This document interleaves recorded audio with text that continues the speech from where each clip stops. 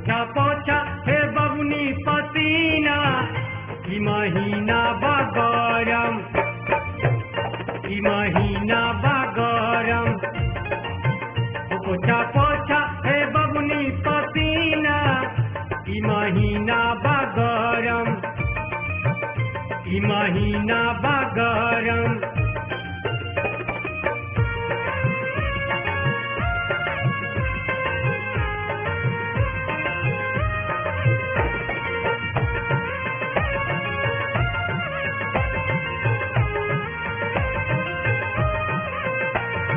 गंजी तोहर भी जलवा बंडी तोहर भी जलवा गंजी तोहर भी जलवा बंडी तोहर भी जलवा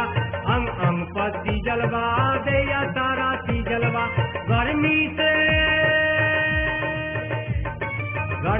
से फूले तोहर सीना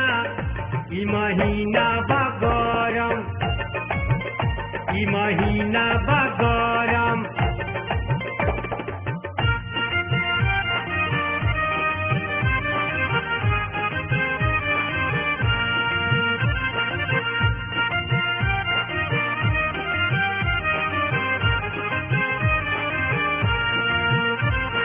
लाइट कब मारे लू जब पहना जींस पाई लाइट कब मारे लू जब पहना जींस पाई घर के करेज लोके देखे दुनू साइड समझे लू खुद के करीना ई महीना बा गरम ई महीना बा गरम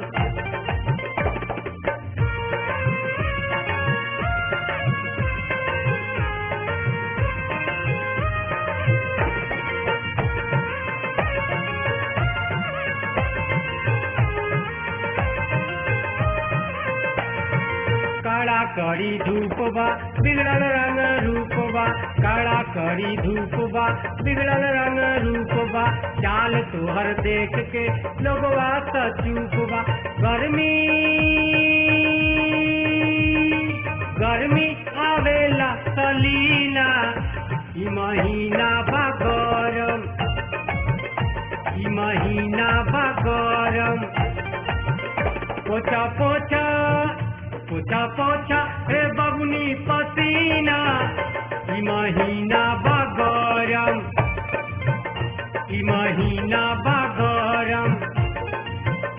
पोछा पोछा हे बबुनी पसीना